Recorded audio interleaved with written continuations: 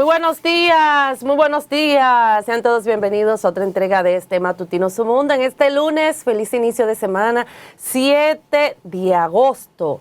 Así que gracias por su sintonía a través de este canal 101 y 1101 de Claro, el canal 46 de Wintelecom. Saludamos a aquellos amigos que están en sintonía con nosotros a través del canal 20 de Telecable Dominicano, los que nos siguen también a través del canal 647 de Amazon Fire TV y los cibernautas que están en sintonía a través de nuestras redes sociales.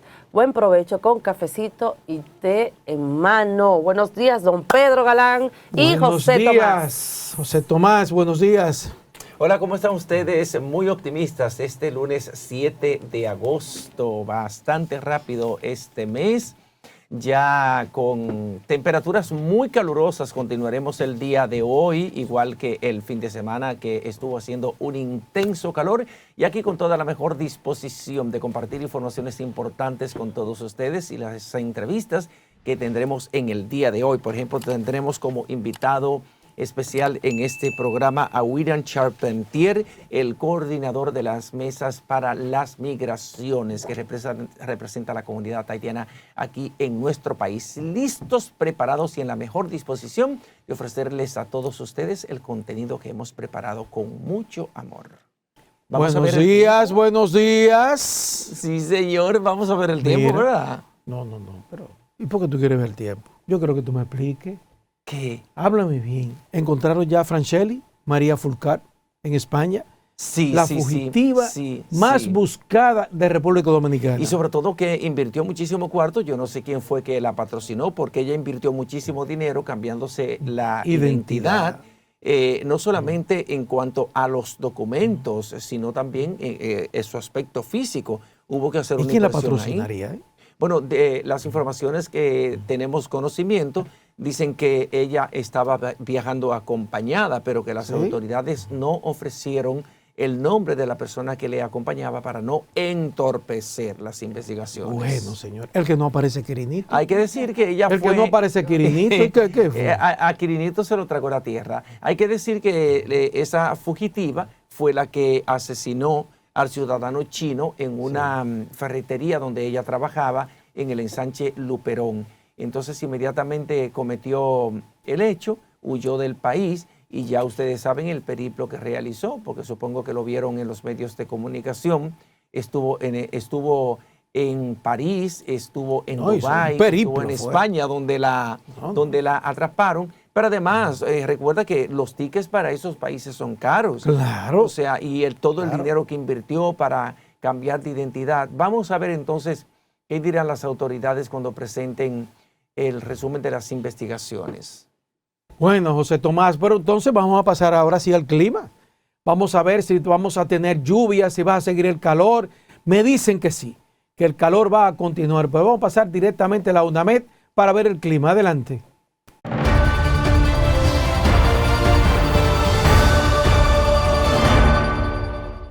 Así es, Pedro. De inmediato hacemos contacto en directo desde la UNAMED. Allí se encuentra Claudio Amparo con las informaciones del tiempo para este lunes, inicio de semana en este Matutino Su Mundo, que por cierto, mucho calor, Claudio, hubo en este fin de semana. Sí, así es. Bueno, desde la Oficina Nacional de Meteorología, les enviamos los buenos días a todos los radioyentes. Pues bien, las condiciones meteorológicas para este lunes se mantienen bajo la incidencia de una onda tropical y una vaguada, que estará generando aguaceros, tronadas y ráfagas de viento en algunas provincias. Oleaje anormal en la costa atlántica.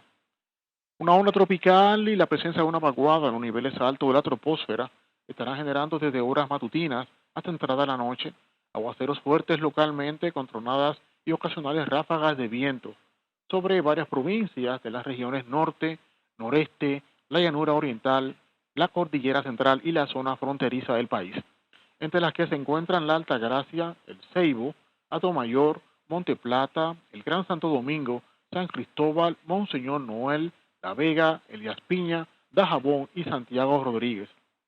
Para mañana martes la onda tropical se estará alejando de nuestra área, no obstante los efectos de una vaguada en varios niveles de la troposfera y los factores locales de calentamiento diurno y orográficos inducirán nublados desde horas de la madrugada, acompañados de aguaceros moderados a fuertes, tormentas eléctricas y ráfagas de viento que podrían ser muy fuertes localmente sobre localidades de las regiones noreste, este, el litoral costero caribeño, así como la cordillera central y la zona fronteriza, entre ellas Atomayor, Monte Plata, el Gran Santo Domingo, San Cristóbal, San Pedro de Macorís, María Trinidad Sánchez, Duarte y La Altagracia. En las condiciones marítimas, recomendamos a los operadores de frágiles, pequeñas y medianas embarcaciones navegar cerca del perímetro costero sin aventurarse mar adentro en la costa atlántica, desde Cabo Engaño a La Altagracia hasta la bahía de Manzanillo o Montecristi, debido a vientos y olas anormales. Las temperaturas continuarán calurosas por la época del año.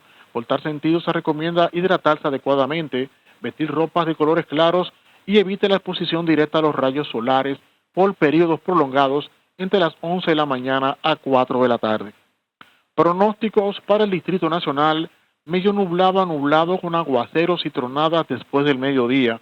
Una temperatura máxima oscilando los 32 a 34 grados Celsius y una mínima en la madrugada entre 24 a 26 grados Celsius.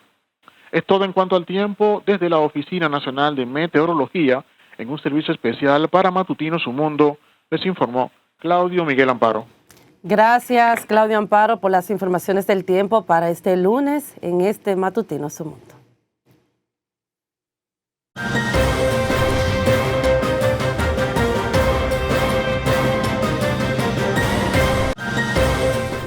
Iniciamos este bloque de lo más relevante con la Policía Nacional y el Ministerio Público, quienes informaron que tras investigaciones técnicas y científicas se pudo establecer que el detenido Juan José Sánchez Nivar, de 37 años, fue el autor de la muerte y desaparición de la menor Wileni Doribel Lorenzo Herrera, de tan solo 11 años, hecho criminal que perpetró en su residencia de la comunidad La Piña, Madre Vieja Norte, esto es en San Cristóbal, y luego trasladó el cuerpo dentro de un saco hasta la autopista 6 de noviembre utilizando una motocicleta de su propiedad. En ese sentido, negaron de que internos hayan golpeado al acusado debido a que fue trasladado a la cárcel de Najayo. La Policía Nacional y el Ministerio Público informan que tras arduos trabajos de investigación utilizando métodos tecnológicos y científicos, se ha podido establecer de una manera clara que el señor Juan José Sánchez Nivar, apodado Rulí, fue el responsable de raptar, ultimar y posteriormente ocultar el cadáver de la menor Wileni Doribel Lorenzo Herrera. Se recuerda que la desaparición de la citada menor fue reportada la mañana del pasado jueves 20 de julio por familiares ante la negativa del asesino por la negativa a reconocer los hechos del detenido, pero ante varios testimonios de ciudadanos, las autoridades policiales y del Ministerio Público debieron utilizar todas las herramientas tecnológicas y científicas para dar una respuesta al caso. Por otra parte, el presidente Luis Abinader expresó que las fuerzas militares del país han sido reforzadas y están preparadas para proteger cada metro cuadrado de la República Dominicana, una vez que inicie en el vecino país de Haití. En ese sentido, Abinader refirió que el ejército dominicano ha sido reforzado y equipado y se encuentra en capacidad para salvaguardar el territorio nacional y los dominicanos, ya que, según expresó, su responsabilidad es proteger al pueblo dominicano. Mientras que las quejas de amas de casa y comerciantes en el Distrito Nacional no disminuyen en los diversos centros de comercios ante el alto costo de los productos básicos que consumen los dominicanos para su alimentación. Nuestra compañera Vanessa Valdés nos trae el siguiente reporte. Para las familias de bajos recursos en la República Dominicana, comer arroz con pollo y habichuelas se ha convertido en un plato alta gama. Y es que ante el elevado costo de las carnes, el arroz, el aceite, entre otros productos, los compradores expresan su descontento ante esta situación. Cada día más uno viene a comprar algo y siempre no están al mismo precio. Siempre están 5 y 10 pesos más, imagínate. La humanidad no estamos acabando. Bastante difícil. Mire, arañando, partiendo brazos, como decimos nosotros. La comida bien cara. Que haga algo que ahí... En algunos puedo trabajar bien de maravilla, pero la comida demasiado cara. Los comerciantes aseguran que la inestabilidad de precio en los productos ha disminuido su poder adquisitivo. Hoy no tengo gallina porque las gallinas grandes subieron 6 pesos de un cuetazo, las chiquitas subieron 50. ¿Cómo uno le dice a los clientes? Los clientes creen que uno que sube la mercancía. Ahora mismo la carne de res está a 175, la carne molida a 150, la pierna de cerdo a 125, costilla fresca 160, chuleta ahumada 120. En ese sentido, los detallistas arremetieron contra el Ministerio de Agricultura ante el descontrol en las mercancías agrícolas. Nunca aquí en ningún gobierno, que nunca los vegetales hubiesen durado tanto tiempo, caro y todo. Nunca se hubiera visto un plátano en República Dominicana, que no debiera ser así, porque aquí hay mucha tierra donde sembrar plátano. Está el Valle de Constanza, donde eso hasta se pierde, y no es posible de que una libra de tomate esté costando 50 pesos habiendo tanto tomate y tanta tierra. Se recuerda que el director del Instituto Nacional de Protección a los Derechos del Consumidor reconoció que en el país no hay un control de precios, pero señaló que el consumidor puede elegir comprar donde le vendan más barato. Vanessa Valdés, Noticias Su Mundo. Pasamos al plano político, porque el presidente de la Fuerza del Pueblo, el doctor Leonel Fernández, califica como imperdonable la falta de sentido de responsabilidad que el PRM incluya miembros de la Fuerza del Pueblo en su padrón. Tras juramentar al diputado Domingo de León, 3 miembros del Comité Central del PLD y varios regidores en el municipio de Los Alcarrizos se juramentaron en la Fuerza del Pueblo. Fernández expresó que preparen sus maletas porque en el 2024 se van.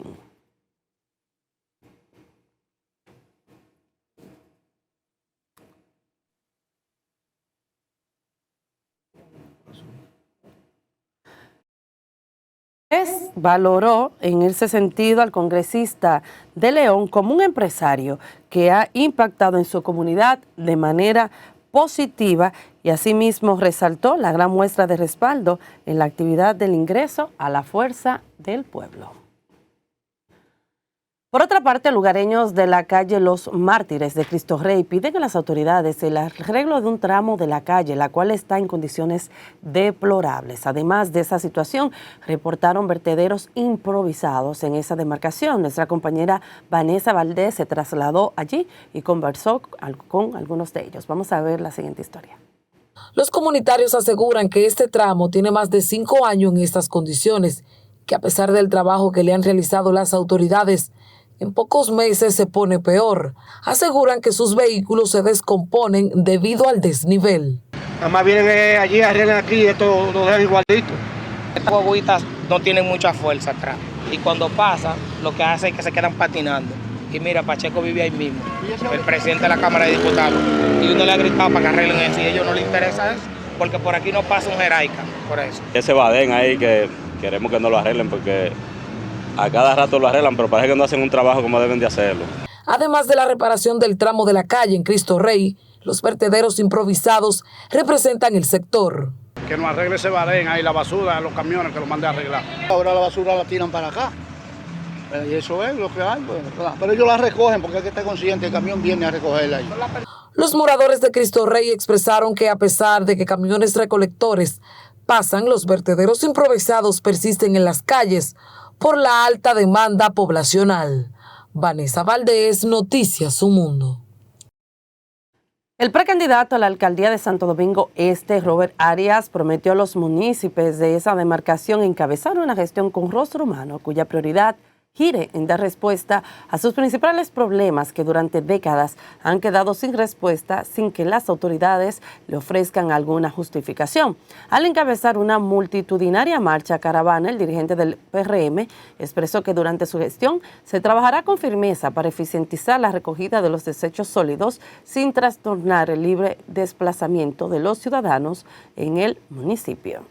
Tenemos para cada barrio y para cada sector un medio diferente para recoger los desechos sólidos. Y al final también vamos a instalar una planta de reciclaje y valorización de los desechos sólidos que el municipio podrá producir inclusive energía. De manera de que ese es el tema de la basura, es un tema que está bien estudiado por nuestro equipo e inmediatamente asumamos la alcaldía, la población va a sentir la diferencia del trabajo que se está haciendo. Arias asimismo informó que también figura entre su carpeta de prioridades el rescate y construcción de zonas de esparcimiento para el disfrute de los ciudadanos del municipio más grande de la provincia Santo Domingo. Hasta aquí hemos llegado al final de nuestro segmento de lo más relevante y de inmediato paso con mi compañero Pedro Ganao.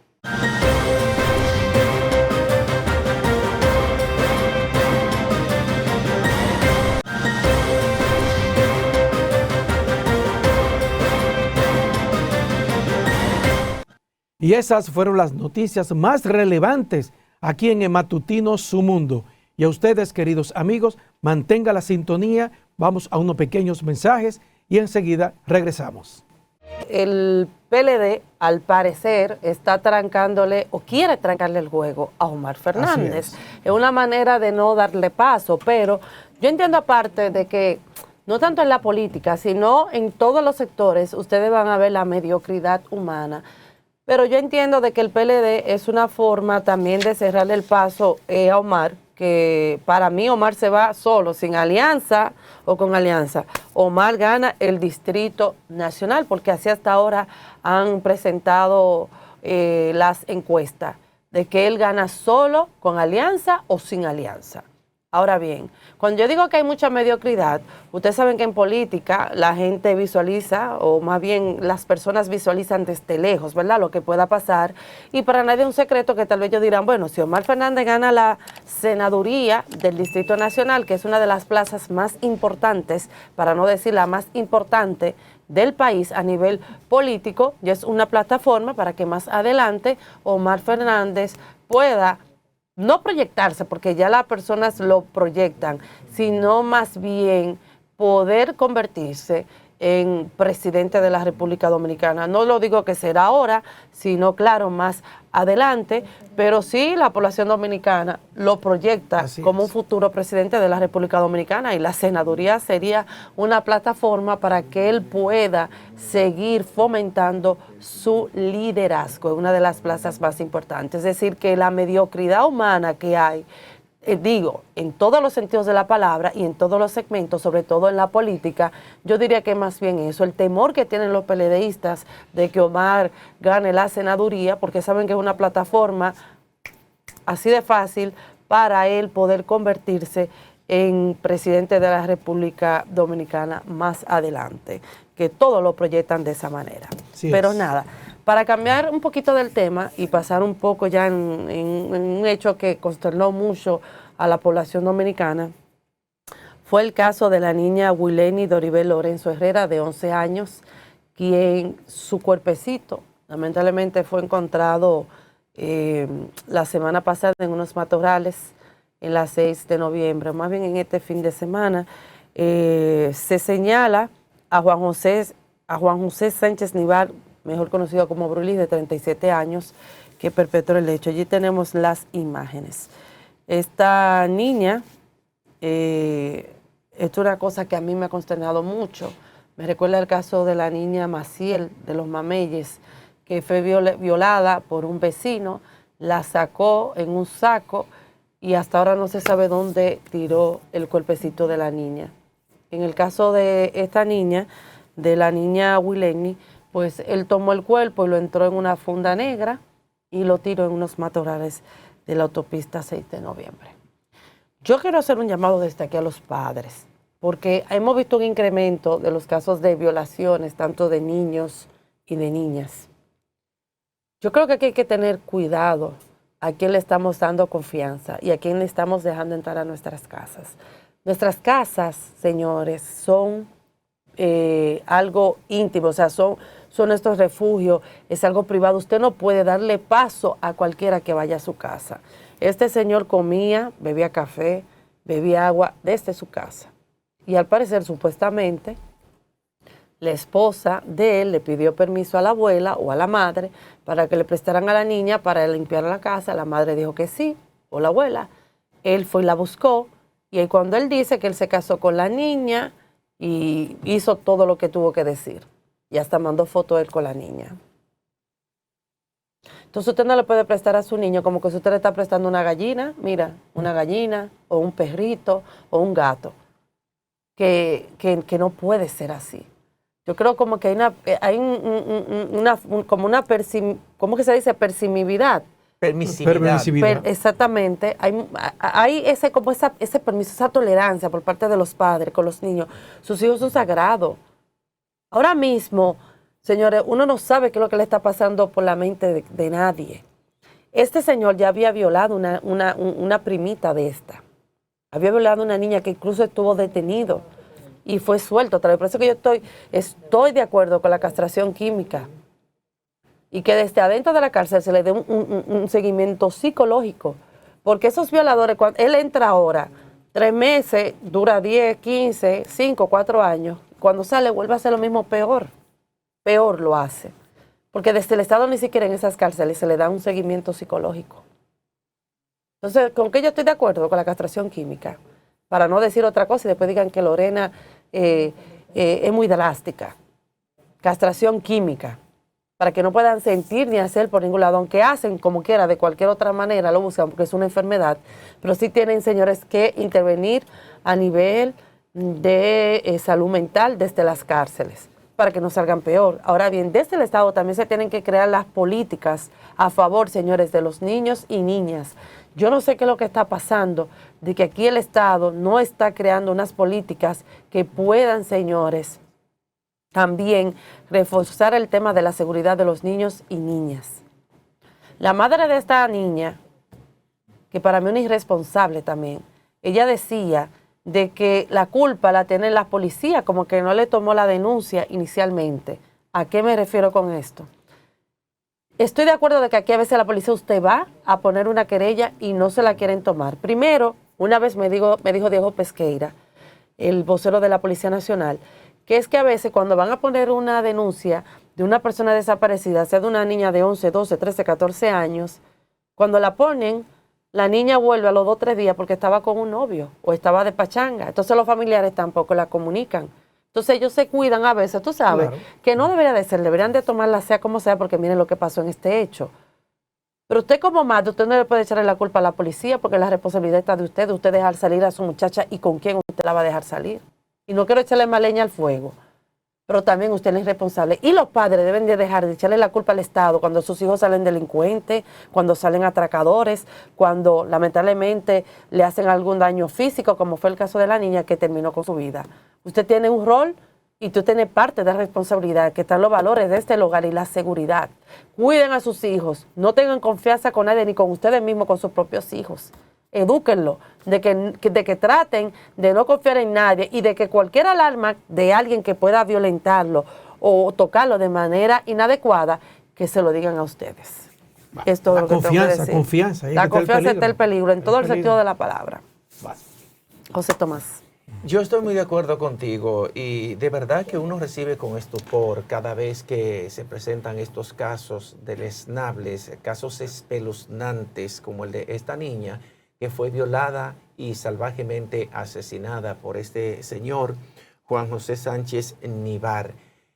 Yo quiero agregar a eso el hecho de que el hogar y el sector donde residen los niños, niñas y adolescentes debe ser un entorno seguro, que sea garantía de un crecimiento sano en el aspecto físico, emocional.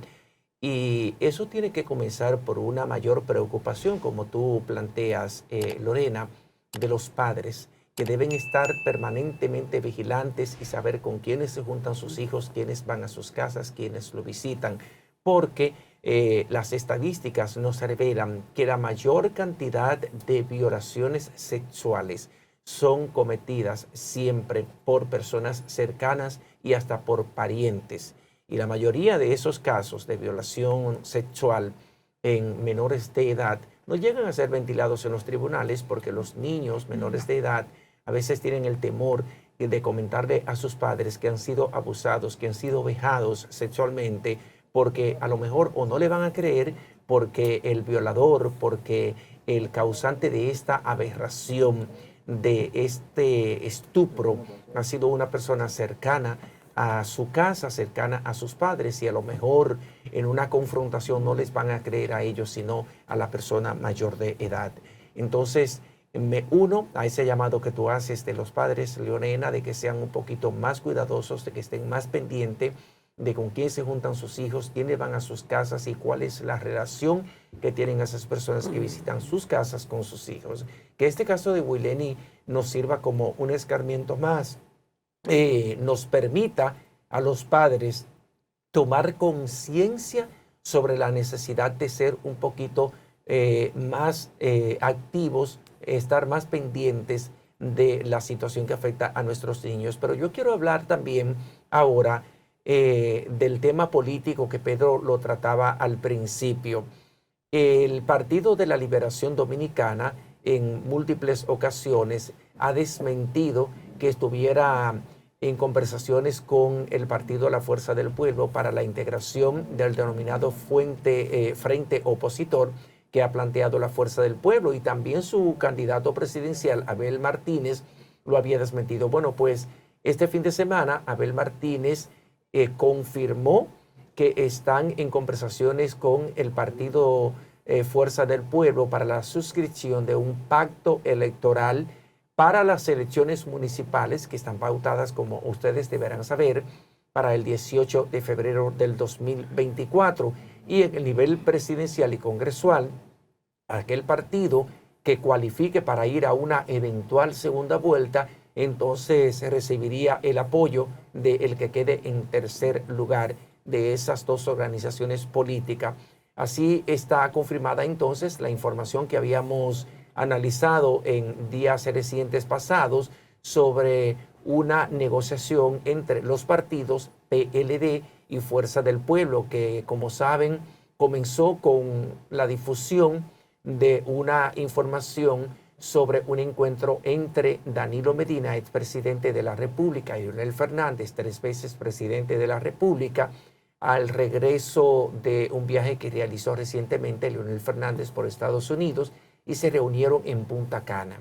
Hubo además testigos en esta reunión, entre los que estuvo el ex vicepresidente de la República, Jaime David Fernández Mirabal, y el señalado candidato presidencial del Partido de la Liberación Dominicana, Abel Martínez, que todavía no es un candidato oficial, porque recuerden que Abel Martínez fue señalado, fue escogido como el más popular en una consulta que hizo el Partido de la Liberación Dominicana, que no es un método de elección dentro de los que plantea la ley del régimen electoral y la ley de partidos políticos, pero sí hubo una consulta interna para determinar cuál de todos los precandidatos eran los que tenían el mayor nivel de favorabilidad o de popularidad, y por vía de consecuencia está señalado Abel Martínez, aunque está pendiente su ratificación por uno de los métodos de elección que plantea la ley de régimen electoral, la ley 2023, y que ya desde el 1 al 19 de octubre venidero, todos los partidos políticos deberán tener definidos sus candidatos. Así las cosas, parece ser que sí, que se está allanando el camino para un acuerdo entre la Fuerza del Pueblo y el Partido de la Liberación Dominicana desde las elecciones municipales. Y como ustedes habían comentado el tema, Roberto Rosario, miembro de la dirección central del Partido Fuerza del Pueblo, ha confirmado que el Distrito Nacional no entraría en ese acuerdo que firmarían el Partido de la Liberación Dominicana y Fuerza del Pueblo. O sea, que iría Omar Fernández como candidato a senador del Partido Fuerza del Pueblo, y por el PLD parecería ser que iría Iván Lorenzo, aunque hay algunos que sostienen que lo de Iván Lorenzo es un ensayo, porque habría que determinar qué es lo que plantea la ley electoral en ese sentido, porque en las elecciones pasadas él fue candidato a senador de Elías Piña, él es el senador de Elías Piña, entonces se supone que él está registrado para votar en Elías Piña, y esa es una de las condiciones para ser candidato a senador de una demarcación, que esa persona debe de vivir en esa demarcación por los últimos 10 años, pero que también esté registrado para votar en esa demarcación, y Y como ya está establecido, Iván Lorenzo no está registrado para votar en el Distrito Nacional, aunque reside aquí. Seguimos. Así es, muy fuerte, señores, aquí en política y ahora que falta todo lo que vamos a ver. Pero nada, miren, vamos a ir a una breve pausa comercial y cuando retornemos ya tenemos nuestro invitado aquí con nosotros. Así es que no se muevan para que sepan de quién se trata y los temas que vamos a tratar, que luego de la pausa le voy a explicar. Vamos a la pausa. Gracias por continuar con nosotros en este Matutino Su Mundo y como anunciamos en el bloque anterior, ya tenemos nuestro invitado de este día. Vamos a tratar un tema sumamente interesante y es sobre la propuesta de Kenia de colaborar con la pacificación de Haití. Es decir, que ellos van a encabezar una fuerza multinacional en Haití y van a enviar 1,000 policías por la situación de violencia que hay allá. Cuando hablamos de una fuerza multinacional, estamos hablando de una intervención de paz, de ello poder pacificar un poco lo que está pasando en Haití con el tema de las bandas. Pero para ello, hoy vamos a conversar con nuestro invitado que anunciamos en el bloque anterior, que ya estaba con nosotros, William Charpentier. Él es coordinador de la Mesa Nacional para las Migraciones y Refugiados. Y le damos la bienvenida, José Tomás, a este Matutino Su Mundo. Muy buenos días. Buenos días. Gracias por la invitación, una vez más. No, gracias a usted por estar aquí con nosotros, sobre todo con un tema ahora mismo tan importante que es la situación de cómo está Haití actualmente arropado de la violencia y más por el tema de las bandas, además de la falta de alimentos, la falta de seguridad, la falta de salud, el respaldo por los organismos internacionales que a mi entender han dado la espalda. Entonces me gustaría como usted hablar un poquito con relación a esto, la situación actual de Haití y sobre todo ahora mismo esta información de Kenia de poder colaborar con la pacificación de Haití, o sea, de qué se trata y otros países ya se han querido sumar también a esto. Sí, mira, conforme pasan los días, los meses, la situación de Haití controlada por las bandas, estamos hablando más del 80% de la población de Puerto Príncipe y sus alrededores están tomadas por las bandas, donde secuestran, asesinan, violan mujeres, niñas y niños. Dios mío, eso es terrible. Entonces, aparte de esta parte de la inseguridad controlada por las bandas, las instituciones no están funcionando, las escuelas están prácticamente cerradas, pero también el tema de inseguridad alimentaria. Estamos hablando cerca de 6 millones de personas literalmente están pasando hambre. Entonces, finalmente lo que nosotros vemos que en Haití reúne todas las condiciones de inseguridad, falta de alimentos, para que la comunidad internacional pueda ir en auxilio y apoyar a la policía haitiana y posteriormente llevar a cabo un proceso de pacificación en Haití. Porque nosotros somos partidarios de que el liderazgo haitiano tradicionalmente nunca han podido ponerse de acuerdo en momentos difíciles como este. Entonces no es un tema exclusivamente de soberanía, sino que los estados ceden parte de su soberanía para la cooperación, la convivencia pacífica a nivel internacional. Entonces, si Haití necesita el apoyo de la comunidad internacional, específicamente de la ONU, tiene que recibir. Y nosotros el sábado 29 de julio vimos que Kenia anunció a través de su Cancillería que encabezarían una fuerza multinacional para luego ayudar a la policía haitiana a pacificar Haití. Nosotros desde la Mesa Nacional para las Migraciones apoyamos esa iniciativa y también hacemos propicia la ocasión para hacer un llamado al Consejo de Seguridad de la ONU a autorizar a que Kenia pueda encabezar esa fuerza. Y también llamamos a los países que no han manifestado su intención de acudir, de apoyar con militares a Kenia para apoyar a Haití, que lo hagan en los últimos días. ¿Qué conoce usted acerca de las gestiones que está haciendo el liderazgo político de Haití para convencer a otras naciones para que se sumen a esta fuerza por la estabilización de Haití?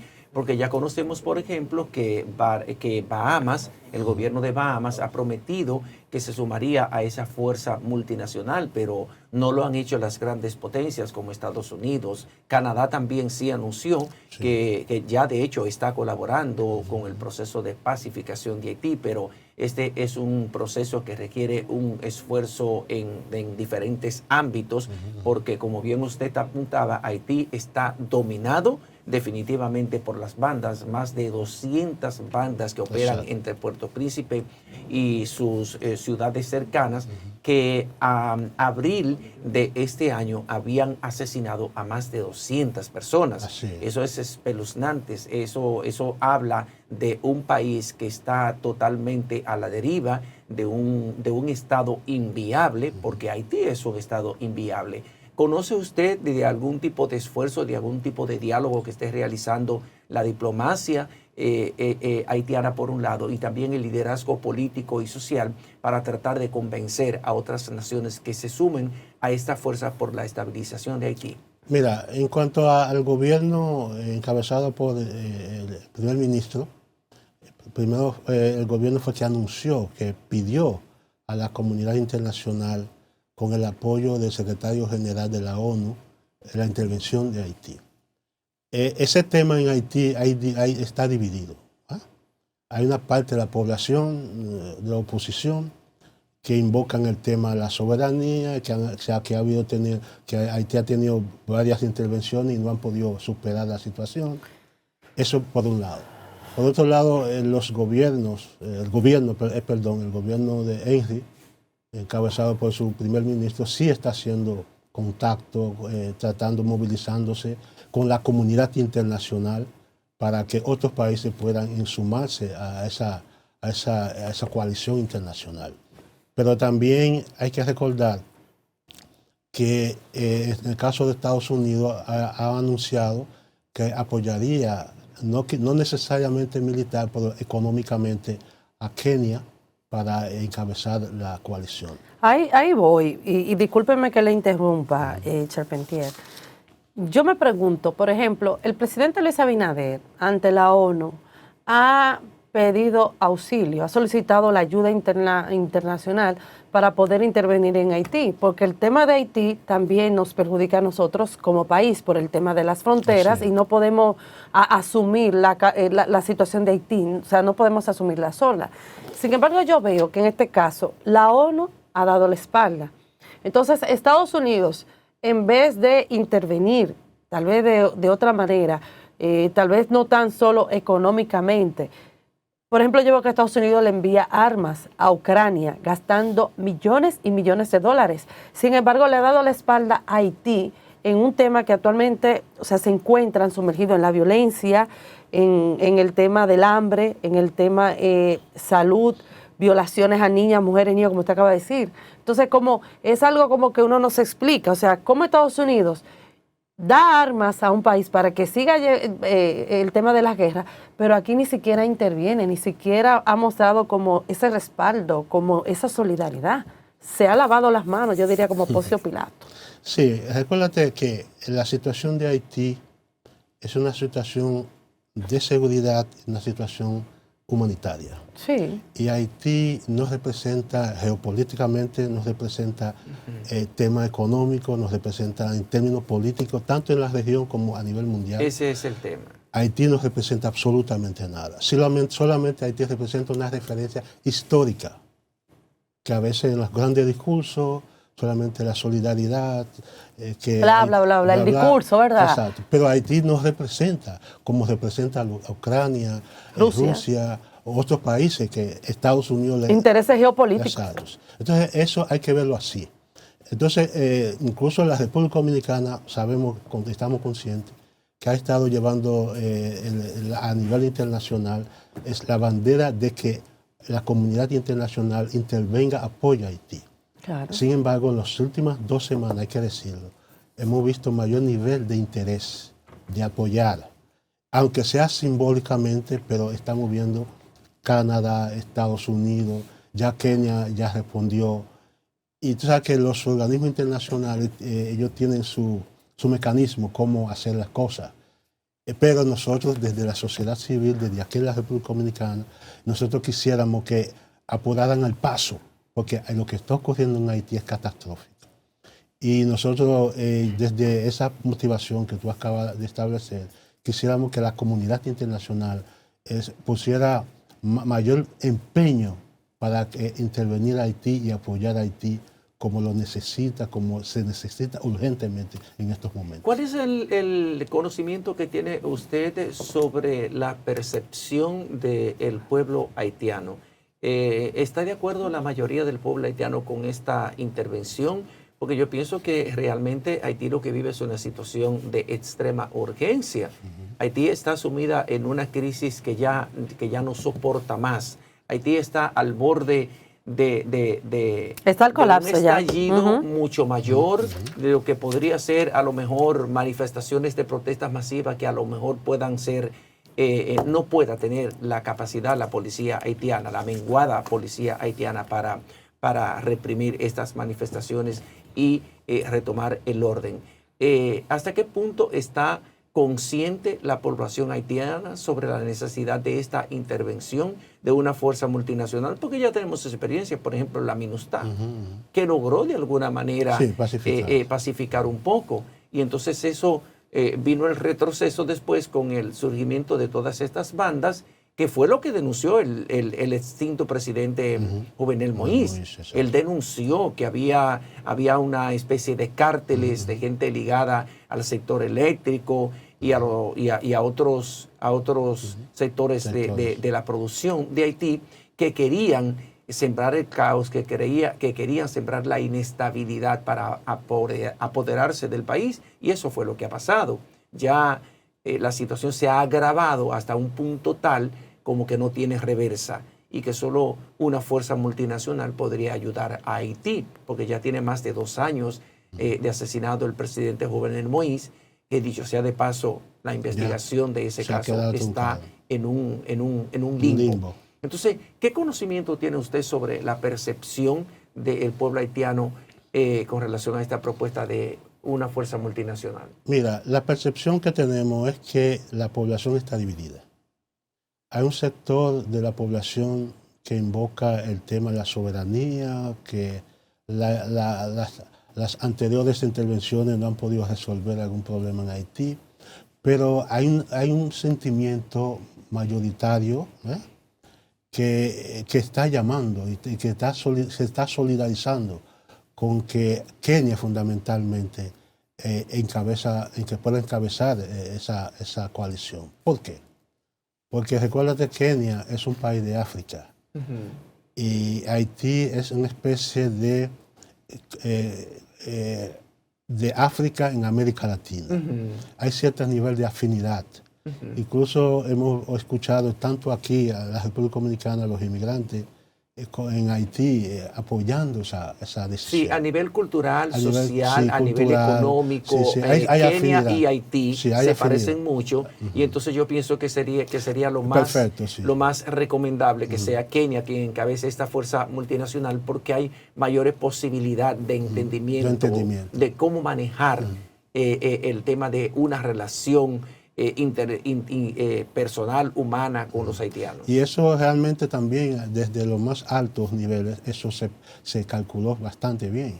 Porque recuérdate que tradicionalmente esas intervenciones eran diferentes países de América Latina y no se entendían, pero cuando hablan de Kenia, cualquier país de África encabezarlo, hay ciertos niveles de afinidad histórica y cultural con Haití.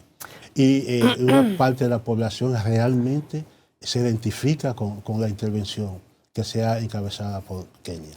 Charpentier, por ejemplo, uno se pregunta, Kenia va a enviar 1,000 policías, ¿verdad?, para poder ayudar a la pacificación. Sin embargo, estas bandas que están actualmente en Haití, que están llevando todo este desorden, toda esta inseguridad, todo este temor, que incluso si usted ellos le dicen, tienes que pagarme para cuidarte, y si tú no le pagas, te asesinan y te secuestran, hacen de todo contigo.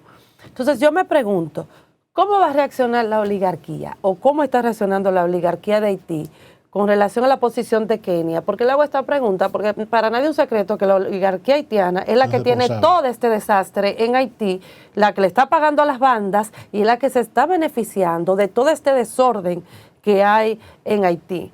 Me gustaría saber su opinión y cómo va a reaccionar las bandas. O sea, podemos ver también una situación de lucha entre esos policías y esas bandas, porque ellos no se van a dejar doblegar.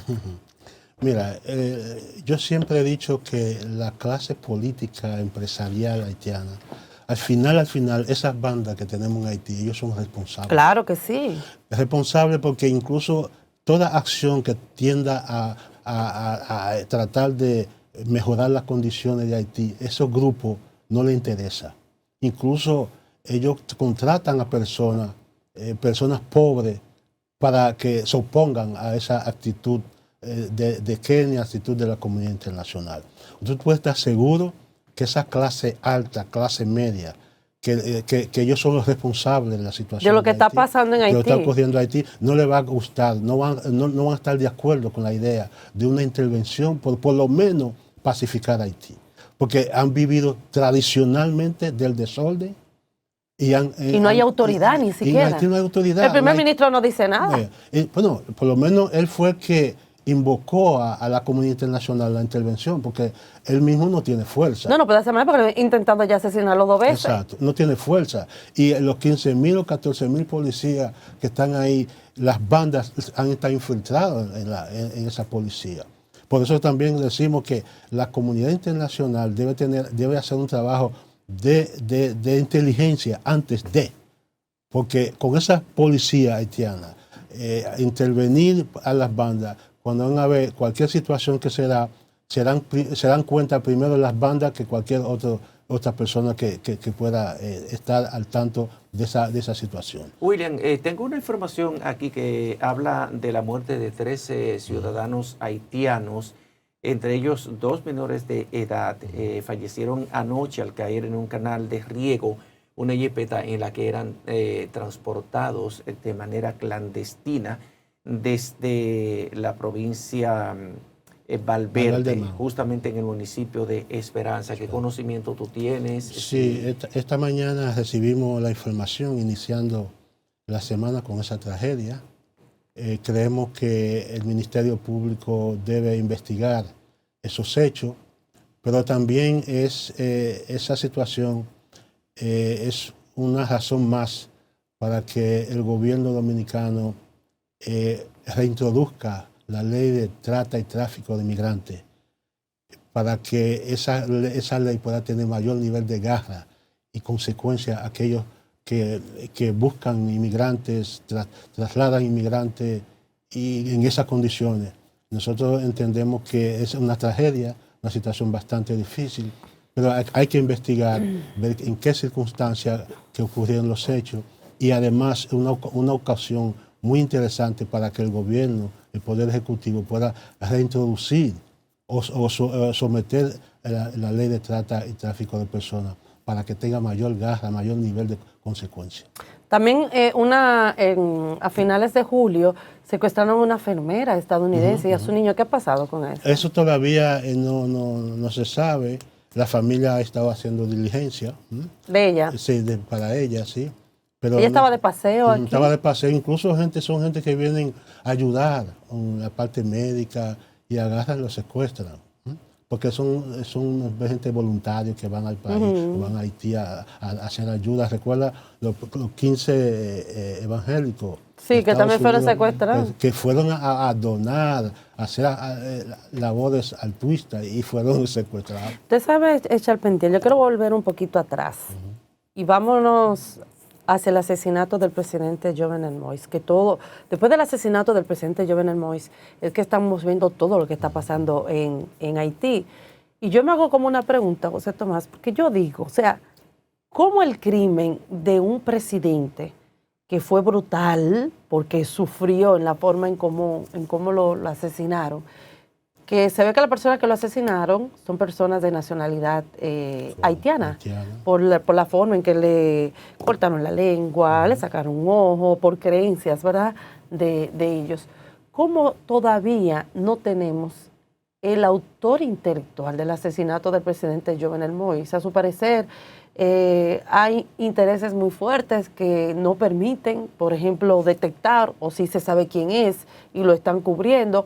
Porque, por ejemplo, estos colombianos que vinieron y supuestamente lo contrataron para asesinarlo, ellos todavía están un poco o sea, estaban en el aire. Dicen, pero ¿cómo? O sea, para usted poder entrar a la habitación de un presidente, porque usted tiene que saber el anillo de seguridad, usted tiene que conocerlo todo, iniciando por allí.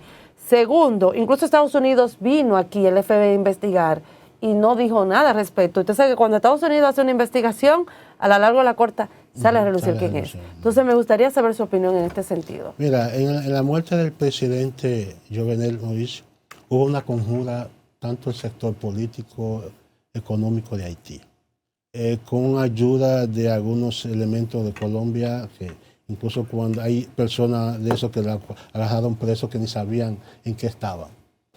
Pero también por la misma situación de Haití, la falta de institucionalidad, esa gente ni siquiera se lo ha presentado ante un juez. Ha habido 3 jueces que iniciaron el proceso de investigación, han tenido que renunciar.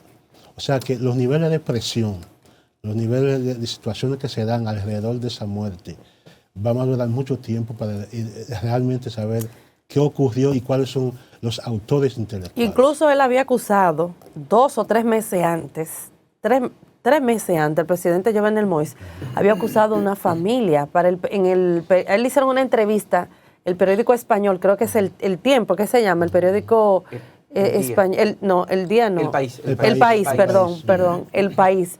Le hizo una entrevista al presidente Jovenel Moïse donde él declaró de que se estaba organizando la muerte de él y estaba encabezada por una familia sumamente importante que era dueña del sector eléctrico en Haití. Incluso ellos después lo hasta investigaron y como que no pasó nada. Él había denunciado ya eso anteriormente, él sabía. Sí, ya él tenía muchas situaciones que se estaban dando, porque recuérdate, en los últimos meses que él estuvo vivo, él tomó cuantas medidas que afectaba a 5 familias en Haití. El tema energético. La parte energética, la parte gente que tenían que estar cobrando casi 225 millones de dólares al Estado, un Estado prácticamente inexistente. Entonces, cuando él vio que tenía que pagar ese dinero, él tiraba discursos, dijo, a mí me van a matar, pero yo no voy a pagar eso. O sea, que fue un presidente que realmente, un empresario que tenía sensibilidad. Y la lógica te dice, por eso fue que lo mataron. Porque realmente él estaba a favor del pueblo haitiano. Y te digo que el primer presidente que vi realmente que tenía sensibilidad para el pueblo haitiano era Moïse. Obviamente que el primer paso para tratar de reencauzar Haití por la vía institucional, por la vía de la estabilidad social, es precisamente esta intervención de una fuerza de pacificación multinacional. Pero el segundo paso, que sería la celebración de elecciones libres, elecciones que retomen, que reencaucen a Haití por la vía democrática, por la vía institucional, está un poco más distante. ¿Qué es lo que usted avisora? ¿Para cuándo podría estar hablando Haití de elecciones que escojan a un nuevo gobernante y que pueda entonces iniciar ese punto, ¿verdad? El tránsito hacia la democracia, hacia la consolidación de la democracia? Mira, el primer paso que nosotros estamos incluso promoviendo, que Haití vuelva a lo básico, a lo normal. Mantenimiento del orden público, la seguridad y la convivencia pacífica. Ese es el primer paso. Y ese primer paso debe hacerse primero con una intervención militar para desarticular las bandas y volver a situaciones quizá antes de la muerte del presidente. que no había una situación de bonanza, pero por lo menos había una paz que se garantizaba que las instituciones funcionaban, que las personas podían salir a las calles. Entonces nosotros, el primer paso es la intervención, desarticular las bandas, llevar a cabo un proceso de pacificación con la celebración de elecciones libres y democráticas, y posteriormente un proceso, elaborar un plan de desarrollo en Haití, que incluye el tema agricultura, fortalecimiento de las institucionales, y ese plan nosotros lo vemos que un plan podría durar entre 15 o 20 años. O sea, monitoreado, encabezado por la comunidad internacional. Obviamente ese plan tiene que ser elaborado como un esfuerzo mancomunado entre el gobierno que encabeza el primer ministro Ariel Henry y todo el liderazgo empresarial social, político, comunitario.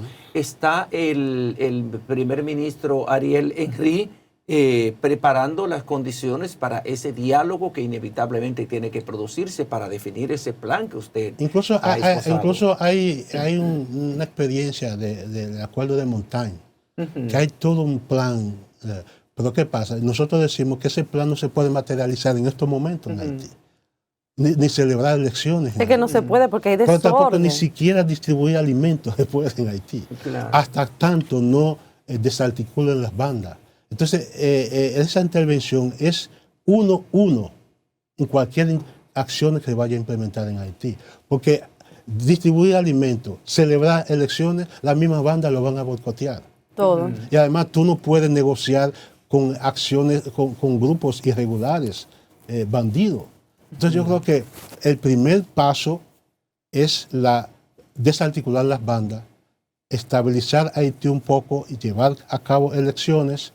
Y luego, con esas elecciones ya hay un plan, el plan de Montana, entrar en funcionamiento durante 15 o 20 años, pero con el monitoreo y evaluación de la comunidad internacional. William, vamos a ir a una breve pausa comercial y cuando retornemos vamos a seguir con este interesante conversatorio. Sobre todo hay que hablar sobre las políticas del país con relación al tema de la migración y cómo ha enfrentado el gobierno al tema migratorio de los vecinos nacionales haitianos. Así es que vamos a una breve pausa comercial. Gracias por continuar con nosotros en este Matutino Su Mundo, y hoy como invitado tenemos a William Charpentier. Con él hemos conversado interesantes temas, sobre todo la propuesta de Kenia de colaborar para pacificar un poco la situación que está atravesando Haití con temas de violencia e inseguridad. Pero en este bloque vamos a seguir tratando algunos temas, y tengo que iniciar, William, con relación a un tema que ahorita iniciaste, pero no lo tratamos, y es con el tema de la ley de trata de personas, que aquí incluso se iba a conocer en nuestro Congreso, pero hubo un elemento y era sobre unos impuestos que cada uno de nosotros teníamos que pagar para que esto se pudiera llevar a cabo, como por cada víctima. Y esto trajo el rechazo de la población dominicana. Me gustaría que tú nos hablaras un poco con relación a esto y de qué manera se necesita, claro, esta ley, pero que no tenga que imponérsele a cada ciudadano un impuesto en este sentido. Efectivamente, la ley, incluso nosotros desde el 2003 tenemos la ley trata y tráfico de migrantes. Entonces, lo que se planteó es alinear la ley con la Convención Internacional sobre Trata y Tráfico de Personas.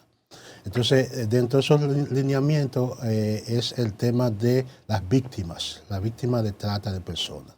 Esa víctima, cuando está en el país de acogida, que el Estado por lo menos le garantiza cierta estabilidad para que no vuelvan a su país, porque bueno, van a estar en una situación bastante difícil. Los lineamientos nacionales reconocen esa parte. Sin embargo, lo que nosotros vimos, hasta nos sorprendimos en el tema del presupuesto, cómo iba a financiar el Estado. El Estado eso. Entonces, la fuente de financiamiento fue que creó el problema, porque cuando dispone ponerle un impuesto a la población para financiar situaciones de esa naturaleza, entonces realmente hubo un rechazo. Pero en cuanto al sentido de la ONU en torno a la convención, es tratar de fortalecer el cuidado de las víctimas, en el sentido de que se pueda integrar en planes sociales, si no tiene un documento que le puedan garantizar, el Estado le puede garantizar, porque ese plan es muy interesante. ¿Por qué? Nosotros en el país tenemos muchas mujeres dominicanas incluso, que son víctimas de trata de personas en Costa Rica, en Europa se ha visto también desde hace muchos años. Entonces, aquellos países también tienen algún nivel de compromiso para esas mujeres. Entonces esas mujeres cuando son víctimas no lo pueden devolver inmediatamente a su país para volver a verse a su victimario. Entonces es una forma de protegerla, ¿va? Entonces la República Dominicana ratificó esa convención. Entonces, pero donde salió el tema que quizás nosotros no estamos de acuerdo es fuente de financiamiento, que hay que buscar un mecanismo porque todas las leyes necesitan fuentes de financiamiento. Los organismos internacionales, por ejemplo, que tienen que ver con esto, con el tema de trata de personas, no pueden venir. Sí, ellos pueden, incluso hacen donaciones. Y no pueden, exactamente, para que el proyecto se lleve a cabo. Ellos pueden incluso, o sea que tanto la ONU, los organismos que tienen que ver con la ONU, ellos tienen dos tipos de apoyo técnico y apoyo financiero. Y apoyo financiero generalmente son donaciones que dan para fortalecer en programas especiales, ¿me entiendes? Entonces yo creo que hay que buscar una forma, pero necesitamos reforzar la ley de trata y tráfico, lo necesitamos, porque incluso eso nos ayuda a nuestras mujeres que son víctimas de trata a nivel internacional. ¿Y eso no llevaría, por ejemplo, la migración más masiva de los nacionales haitianos aquí a República Dominicana y que tengamos que darle asilo en este sentido? No, incluso actualmente con esa ley que tenemos, hay mujeres haitianas que son víctimas o niñas que son víctimas de trata y el Estado lo apoya. Lo apoyan porque es un compromiso internacional. Y no es que entran todos, sino que las personas que califican, si la persona no fue víctima de trata y tráfico, no se va a beneficiar. Aquí hay víctimas de trata en República Dominicana con mujeres y niñas de nacionalidad haitiana. Bueno, ¿En qué sentido? Hay mujeres de otros países que son víctimas, la venezolana. Sí, colombianas. La colombiana. En el caso de la haitiana es, por ejemplo, los niñas que la traen de Haití a venir a pedir en las calles, pero también en otros lugares a trabajar.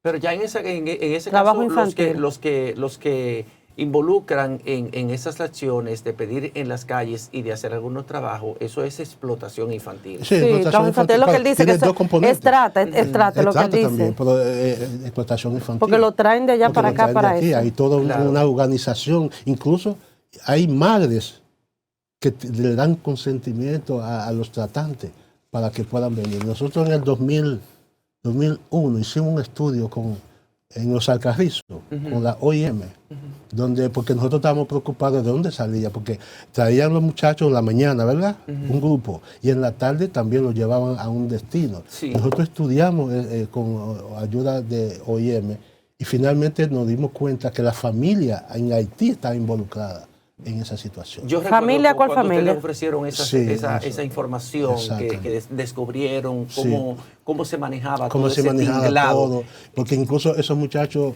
en la tarde el dinero que reúnen tienen que entregárselo al tratante. ¿Qué familia de allá de Haití usted dice que está detrás de eso? No, digo familia pobre, por ejemplo en la zona fronteriza, que el tratante va y le dice, mira, hay un trabajo, por tu hijo te vamos a dar tanto mensual, tú me lo vas a entregar, le vamos a garantizar que mensualmente te va a llevar ese dinero, y la gente en medio de la pobreza acepta sin problema.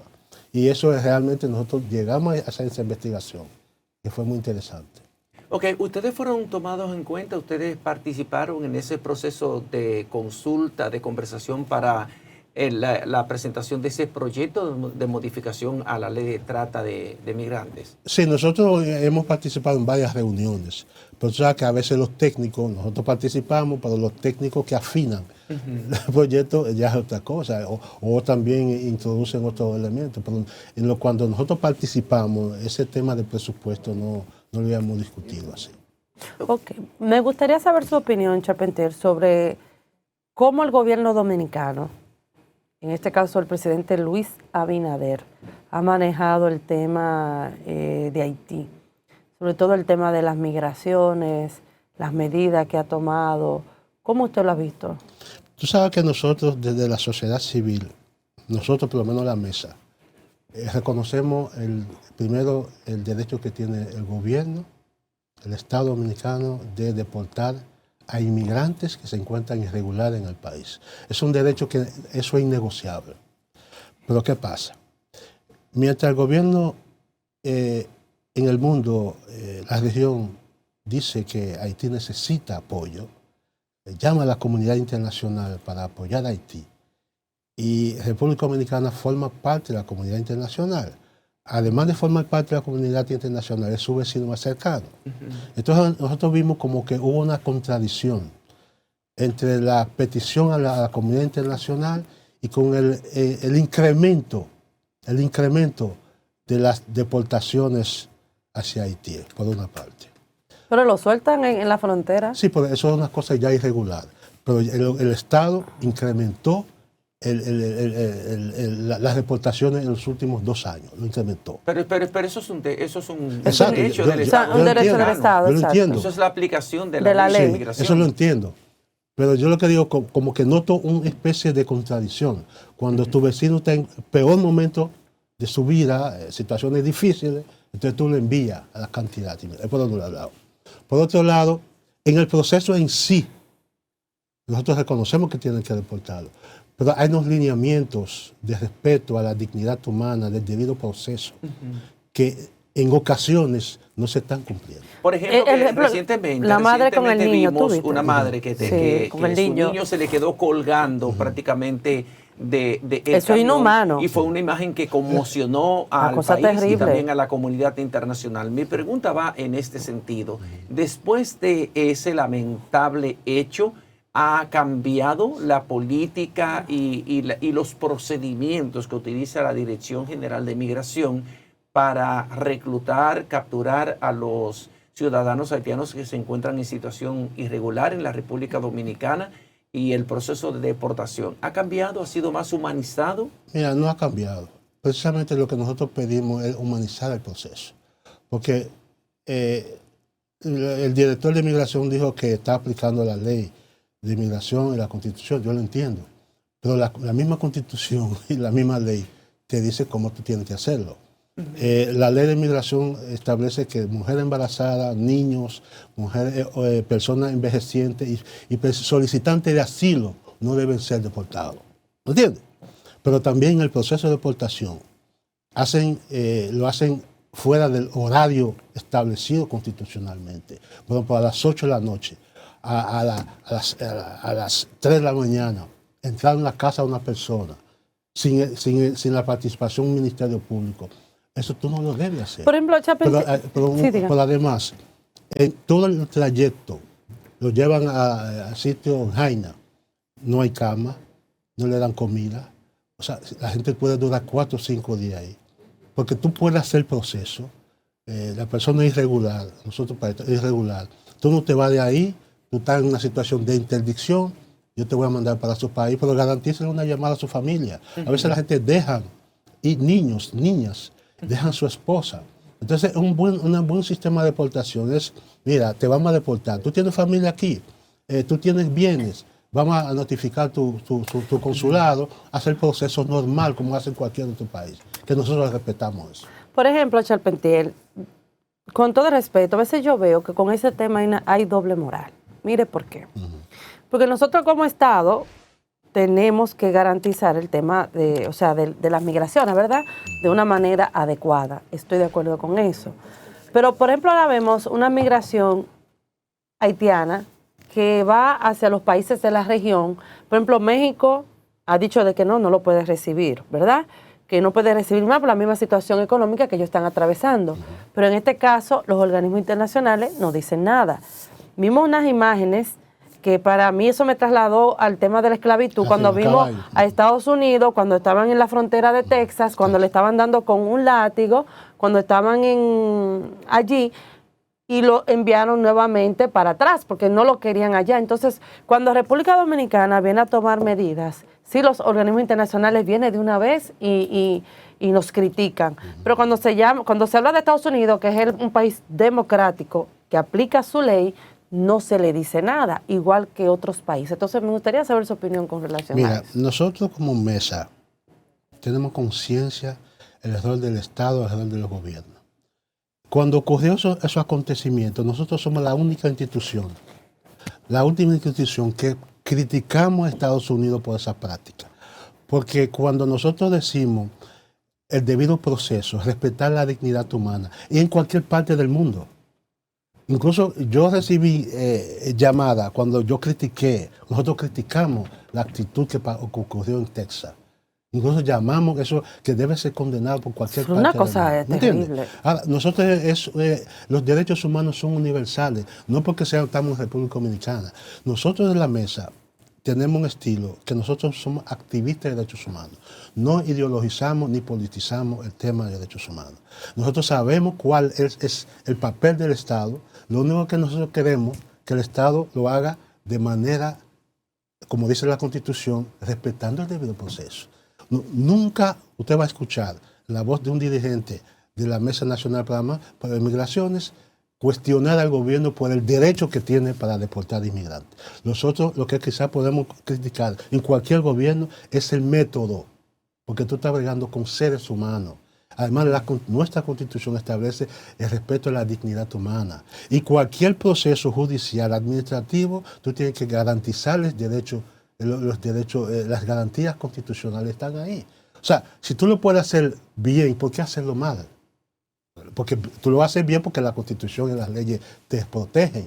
Entonces lo que hay que hacer, tanto aquí, allá, en Estados Unidos, en México, nosotros respetamos, nosotros lo que decimos, cuando vamos a deportar a los inmigrantes, al hacerlo con el debido respeto a la dignidad humana y el debido proceso. Eso es lo que exigimos, simple y llanamente. ¿Qué están ustedes haciendo, por ejemplo, para combatir la trata de migrantes? Porque obviamente este es un negocio que deja miles de millones de pesos, no solamente en nuestro caso, entre Haití y la República Dominicana, sino a escala mundial. Miles de millones de dólares mueve la trata ilegal de personas. En esa operación obviamente tiene que participar, tiene que haber complicidad de los organismos de seguridad, de los organismos militares encargados de preservar la soberanía y la seguridad en ambas fronteras, en la frontera entre Haití y la República Dominicana. ¿Tienen ustedes conocimiento de cómo funcionan esas bandas que reclutan a personas, que mueven el negocio multimillonario de la trata de migrantes entre Haití y la República Dominicana? ¿Cómo lo denuncian? ¿Qué protestas han hecho ustedes? Porque obviamente ese es un punto que hay que combatir.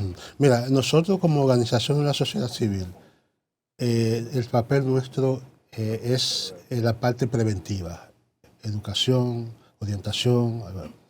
En algún momento nosotros también, si tenemos conocimiento de casos específicos, ¿verdad?, le damos a conocer y coordinamos con las autoridades. Coordinamos con la Cancillería, coordinamos también con la Procuraduría, que tiene que ver con ese tema. Pero tenemos que tener conocimiento de causa, de la situación que se está dando, y coordinamos, ¿verdad? Coordinamos. Se recuerda que la parte coercitiva le corresponde al Estado. Pero el Estado aquí en el tema de trata y tráfico tradicionalmente ha colaborado, y nosotros desde la sociedad civil lo hemos hecho en conjunto.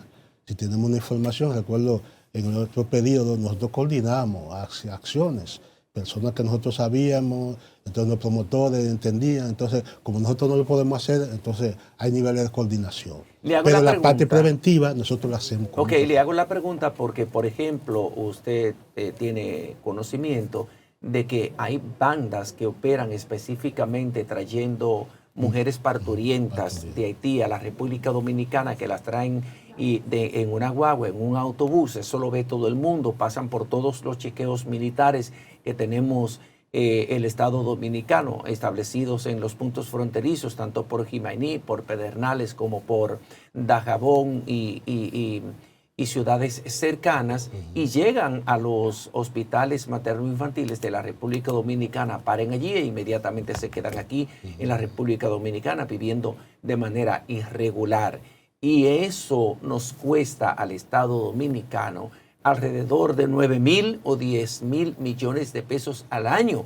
las parturientas haitianas son mayoría en casi todos los hospitales maternos infantiles de la República Dominicana. O sea, nuestro país, nuestro estado está cargando un peso demasiado fuerte con las haitianas que vienen a parir a la República Dominicana, que vienen la mayoría sin ningún tipo de chequeo previo, y por eso hay muchísimos de esos negocios así detrás. Muchísimos de esas criaturas que nacen con dificultades respiratorias, cardiorrespiratorias, y muchos mueren. Aumenta la tasa de mortalidad materno-infantil en la República Dominicana.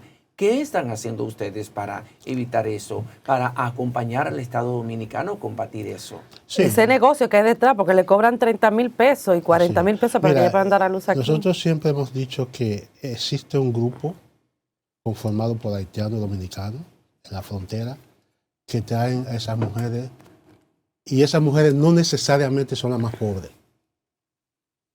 de Haití. Sí, porque si pueden pagarle a la red que las trae a parir a territorio dominicano, pues entonces también yo pienso que podrían pagar una cuota un copago en los hospitales donde paren, para que no se desangre el presupuesto de salud de la República Dominicana. Entonces, mira qué pasa. Estamos conscientes que hay un grupo que se dedica a eso. Esas mujeres, primero, no son las más pobres, son mujeres que tienen dinero, porque en Haití no hay hospitales en condiciones y pueden ingresar a la República Dominicana, utilizan testaferros, utilizan vehículos, vienen con visa, ¿verdad? Vienen con visa. Pero lo que nosotros cuestionamos es, Paulino, es que aquí en la República Dominicana, en los bateyes, en los barrios, hay cantidad de mujeres inmigrantes que vivan acá. Hay muchos también hijos de inmigrantes que no tienen documentos.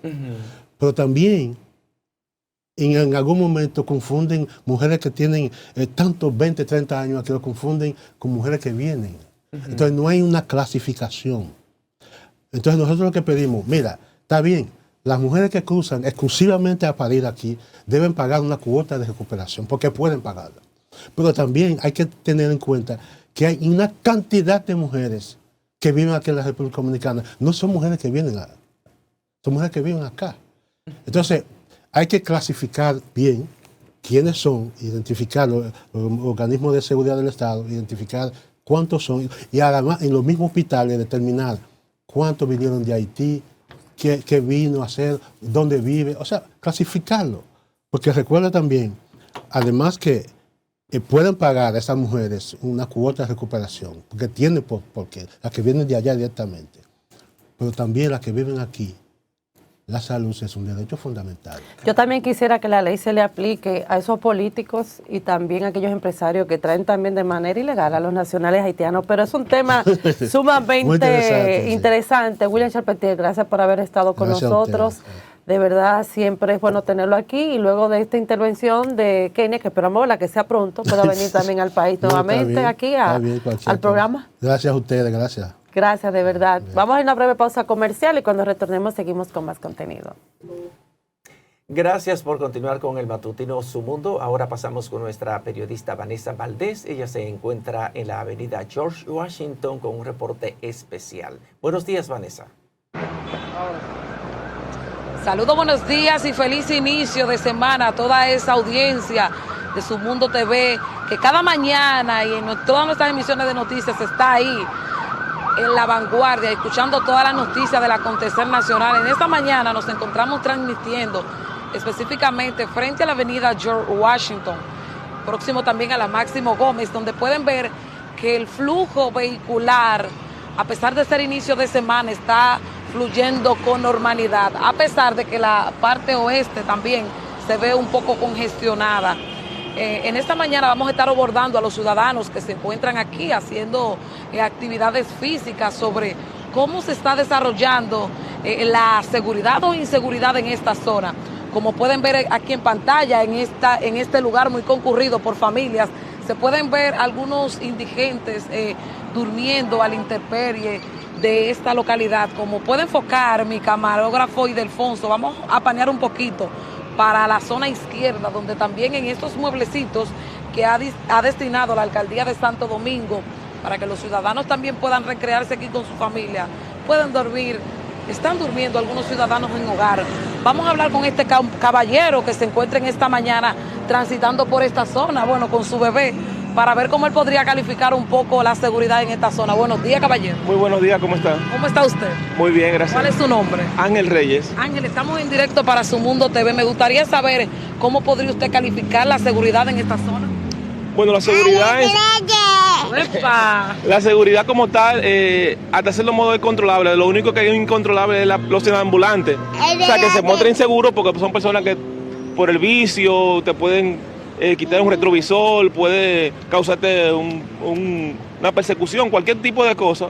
Pero eso es lo que podría tener más inseguridad ahora mismo en esta zona, que alguna vez hay alguna cámara, pero eso es lo que podría ahora causar más estrago como seguridad y delincuencia. Ellos mismos son los que están durmiendo por aquí, esas cosas, y te muestran inseguridad. O sea, tú te le acercas y podría ellos reaccionar de una forma muy negativa. Y también los pequeños que transitan exactamente con la supervisión de ustedes. Exactamente, sí, de verdad, sí. Pídale a la alcaldía que tome medidas al respecto. Bueno, le pedimos a la alcaldía y al Ministerio de Turismo, precisamente, que tiene que ver con esto, que tomen, le den más seguridad, que su vigilancia, o sea, que caminen por aquí la parte Seritur, no me acuerdo cómo se llama, pero que sigue Politur, que puedan pasar por aquí y darse una visita para ver cómo pueden desbarabilizar esta zona, que hay muchos, y hay poco ahora, pero hay muchísimos transitando de una manera insegura, que pueden reaccionar negativamente para las personas que andan caminando por aquí, paseando. Muchísimas gracias, padre, por su aporte al Matutino Su Mundo. Breve de nosotros introducir el tema. Nosotros precisamente estábamos hablando de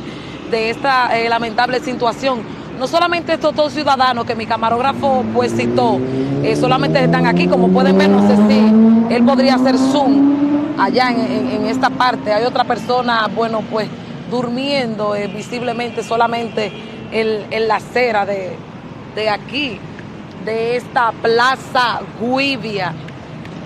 Bueno, señores, con este informe yo voy a concluir mi reporte desde aquí, desde esta populosa zona comercial Guivia, y yo voy a retornar nuevamente con ustedes al estudio.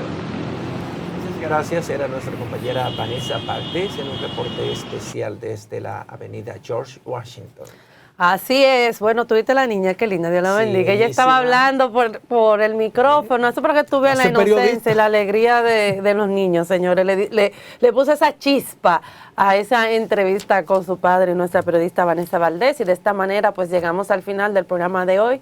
Señores, será hasta mañana martes, nuevamente, que este equipazo estará con ustedes desde las 7 de la mañana con informaciones y entrevistas de interés. Hasta mañana, feliz inicio de semana. Feliz día.